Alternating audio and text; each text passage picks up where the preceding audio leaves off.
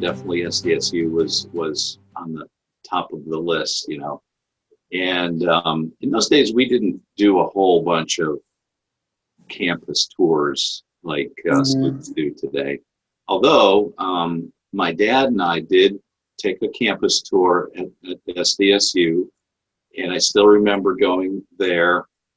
It was during the school year in the fall, and I met with Louis Skubic.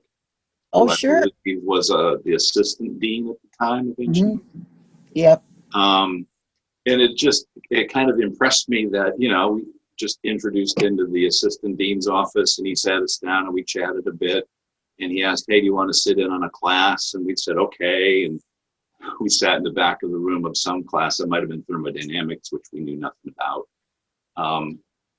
But I think it was pretty clear after that visit, because it was in the fall, and just the campus is always looking great that time of year, and students are going back and forth to classes, and it felt like a good match.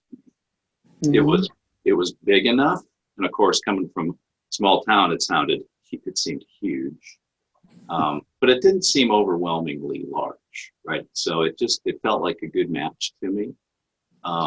So that kind of sealed the deal. That helped quite a bit.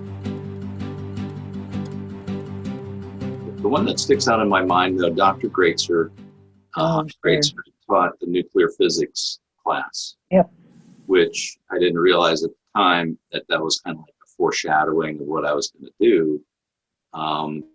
But the way Dr. Greatzer presented the material, and he was just, again, an excellent instructor, and I had kind of an interest in the topic. Yeah, so let's see. So as I mentioned before, Dr. Thunheim got me connected in with being a teaching assistant, first, grading papers and office hours, and then helping with the undergraduate laboratories. And I really found, and this is kind of unexpected because I didn't think that I would enjoy that, but I found that I really liked that part of it. So I think it was between my sophomore and junior year, I decided to look into teaching. And to teach high school, of course, you need to go through all the education courses. So I started taking those. It did add another year to my undergraduate, but it was a good experience. And then I met my wife at SDSU, but she was a year behind me. So that also gave me an excuse to graduate with her. And then from there, I taught high school physics at Aberdeen Central. Okay. And decided that maybe the high school level wasn't necessarily my calling. And so from there, then I went back to graduate school. I went to Iowa State. Okay. And although at first I started out in the physics program, I quickly learned that they had a nuclear engineering program. So I transferred over into the nuclear engineering department, and then got my master's degree from Iowa State. So I was a teaching assistant. They had a research reactor, so I was a reactor operator, and again, did a bunch of the laboratories, for the undergraduates. And so that whole teaching thing kind of continued on. The 211, 213 physics that you learn undergirds everything else, right? That's why you take it first. So I work at a place called the Nuclear Naval Laboratory. And what we do is we design the nuclear reactors that the Navy uses. So all of our submarines are nuclear, all of our aircraft carriers are nuclear, and they've all been designed by my laboratory. Wow. And so that's where I've spent 30 years after I graduated from Iowa State. I started here in Pittsburgh in that company. And so the group that I'm in is responsible for the nuclear design of all of those reactors, except for two, and that's the two that are on one of the carriers, which is the USS Gerald R. Ford. But everything else, my group was responsible for. So I was the manager of the group for the design, the manufacturing, and eventually we would send one of our team of folks out to the shipyard to start the reactor up for the first time. So we call that an initial criticality. Right? Ooh, big words. It's a big word. It's starting the reactor up the first time. So I was there as part of that team. And since it was the South Dakota, it was like a special special thing for me. Yeah. It was the newest Virginia class submarine. And so after, it was finished, I found, I was able to get 2 tickets to the commissioning. So my wife and I went to Groton, Connecticut, and the commissioning is kind of the final step for any naval vessel where they when I said introduce it into the fleet. So it becomes the USS South Dakota at that point. And Okay. big ceremony, and Governor Nome was there and other dignitaries, and we got to actually go into the submarine and see parts of it. Of course, I had seen other parts that my wife wasn't able to, but they let the public go through parts of that. Oh, pardon me.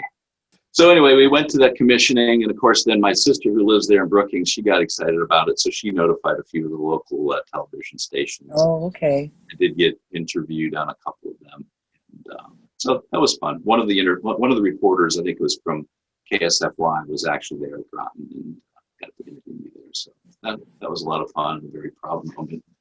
And somewhere here, I have, I don't know if you can see that. That's the seal. That's the patch for the USS South Dakota. That's impressive. Yeah. So you can see there's Mount Rushmore, there's the coyote, there's the. Where's the jackrabbit? There's no jackrabbit. No. Oh. You have to put that one in yourself.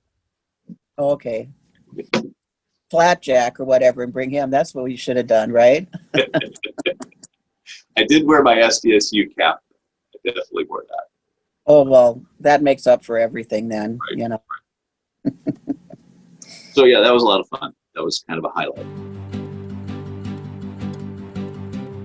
Well, first of all, if they're even thinking about physics, they probably have some interest in science, right? There's something that kind of directed them into that in the first place.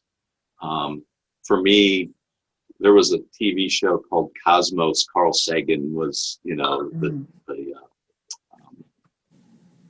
the presenter or whatever on that years ago, and that kind of like pushed me into that direction. So there's probably something in their past, I would think, that kind of like sparked their interest. So if that's the case, then I think I would make the case that physics, as I was saying before, really is kind of like the gateway to all the other sciences in some way, right? The stuff that you learn in physics really sets the stage for chemistry, biology, the engineering sciences, astronomy. It goes on and on from there. But if you've got a really strong start in the physics, in the physical science, it really helps you understand and be able to contribute in the larger sense than anything else.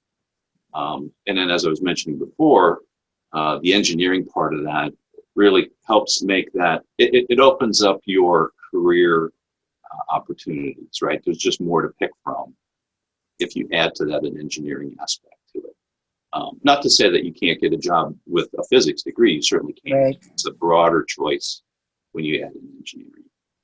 And then as far as SDSU goes, I mean, again, the thing that impressed me back in the day was it's large enough to have plenty of things and opportunities, right? There's world-class professors and research and laboratory facilities. I mean, we've been back to campus. It's a beautiful campus. So you put a ton of investment into the facilities. It's a beautiful campus, but yet it's not so overwhelmingly large that you just become that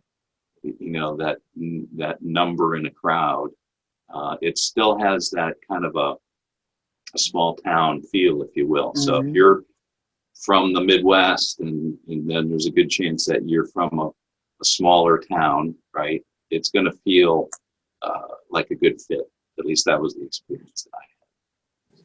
Oh, like tours and trips and activities. Warren Hine was our sponsor at the time, and those I think also helped me really understand what a physics degree looked like in after college, right? Because he connected us with all kinds of places, whether that was a graduate program at a university or a laboratory or a company that hired physics majors, and I found that to be really helpful for me to kind of Mhm. connect the dots.